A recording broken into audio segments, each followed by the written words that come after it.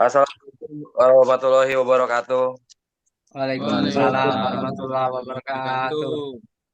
Nah, untuk agenda hari ini yakni akan membahas tentang kasus korupsi dan penyalahgunaan kekuasaan oleh oknum camat di Kecamatan Sungai Liat. Oke, slide selanjutnya.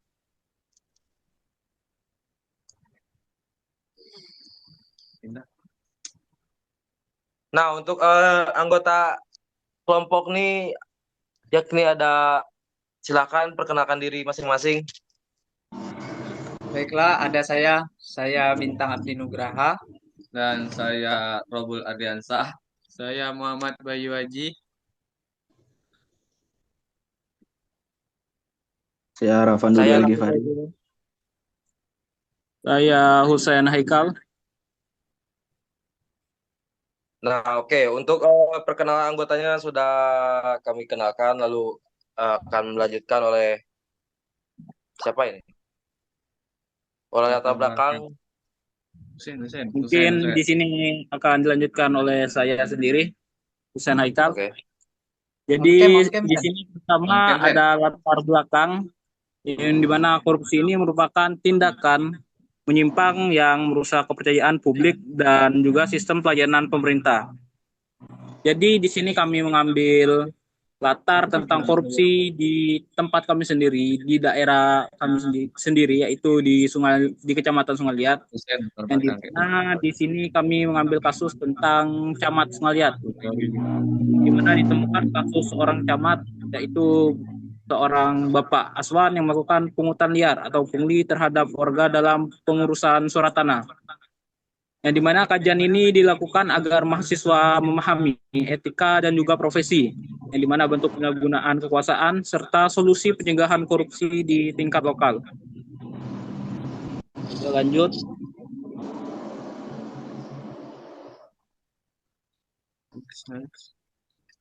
Next.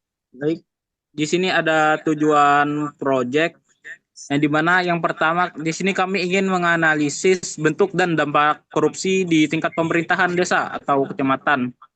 Dan yang kedua, menelan kasus ini dari sisi etika profesi dan hukum yang berlaku. Yang ketiga, memberikan solusi preventif agar tindakan serupa tidak terulang lagi. Baiklah, saya lanjut untuk ke moderator. Oke, untuk selanjutnya yakni apa? Tolong geser lagi slide-nya. Teori yang Saya. Nah, untuk teori, untuk bagian teori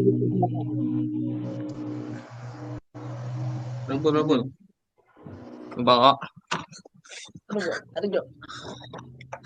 Baiklah, slide selanjutnya itu tentang teori yang digunakan. Yang pertama itu teori deontologi. Tindakan harus berdasarkan kewajiban moral dan bukan kepentingan pribadi. Adapun yang kedua, teori utilitarisme, tindakan dinilai baik jika memberi manfaat terbesar bagi masyarakat banyak. Yang ketiga ada teori anomi. Korupsi terjadi saat individu ingin mencapai tujuan atau dalam kurung kekayaan, tapi tidak lewat cara ilegal. Eh, menurut UU Tipikor nomor 30 tahun 1999, eh, nomor 20 tahun 2001 menjadi dasar hukum pemberantasan korupsi di Indonesia. Slide selanjutnya akan dijelaskan teman saya. Oke. Selanjutnya adalah kasus korupsi Camat Sungai Liat yang akan dibahas oleh, silakan. Baiklah, kasus korupsi Camat Sungai Liat. Pelaku Camat Sungai Liat bernama Aswan. Tindakan melakukan pungli terhadap warga dalam penerbitan surat tanah 2023 sampai 2024. Korban salah satunya adalah putra dari pemali sudah membayar tapi tidak menerima penanganan, ditahan Kejari Bangka, Januari 2005 dan disidangkan di Pengadilan Tipikor Pangkal Pinang, Mei 2025. Next. Oke, untuk selanjutnya adalah analisa etika dan hukum. Untuk membahas, persilakan. Baiklah, di sini kita akan membahas analisa etika dan hukum tentang kasus korupsi dan penyalahgunaan kekuasaan oleh oknum camat di Kecamatan Sungai Liat. Analisa etika dan hukum tindakan penggunaan liar yang dilakukan oleh oknum Aswan merupakan bentuk pelanggaran serius terhadap prinsip etika profesi, termasuk kejujuran, integritas, dan tanggung jawab publik. Sebagai pejabat pemerintah, seharusnya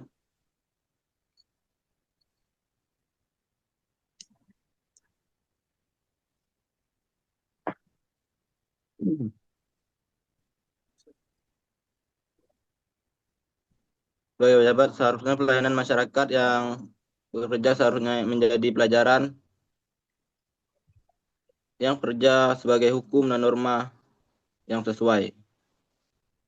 Dalam perspektif hukum, ia didakwa dengan 4 pasal dalam UU Tipikor menunjukkan bahwa penyelidik melihat adanya unsur suap, gratifikasi, serta penyalahgunaan wewenang dan sistematis.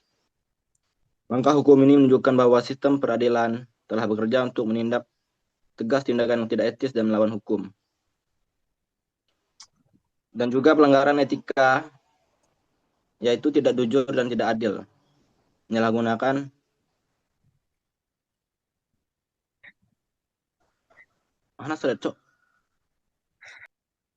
penyalahgunaan jabatan publik untuk keuntungan pribadi. Selanjutnya, pelanggaran hukum. Ia melanggar 4 pasal dalam UU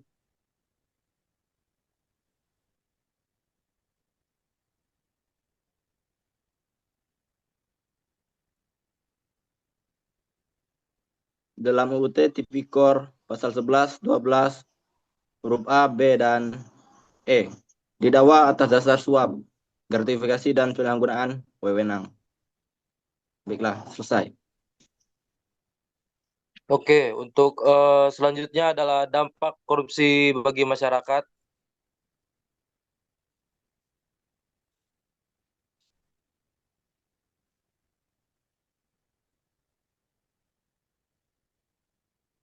Untuk bagian dampak korupsi bagi masyarakat, dipersilakan.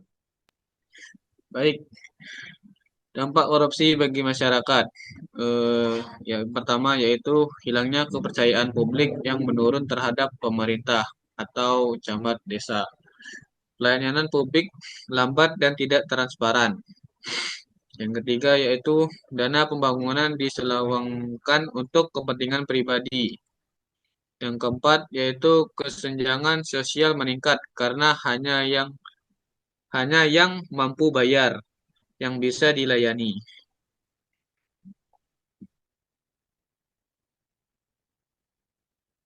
Oke, untuk selanjutnya adalah rekomendasi kebijakan. Untuk bagian rekomendasi kebijakan, silakan. Baiklah. Rekomendasi kebijakan LHKPN, laporan kekayaan ASN, wajib dan terbuka. Bentuk unit pengawasan independen di tingkat kecamatan. Lalu pelatihan etika dan integritas secara berkala untuk ASN. Lalu transparansi anggaran dan pelayanan berbasis digital. Oke, baik. Mungkin itu saja dari hasil presentasi dari kami.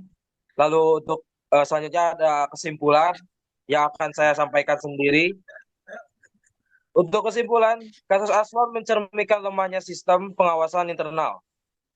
Pentingnya nilai etika profesi dalam birokrasi, pencegahan korupsi, butuh yang namanya pendidikan, sistem digital, transparansi, dan pengawasan dari masyarakat.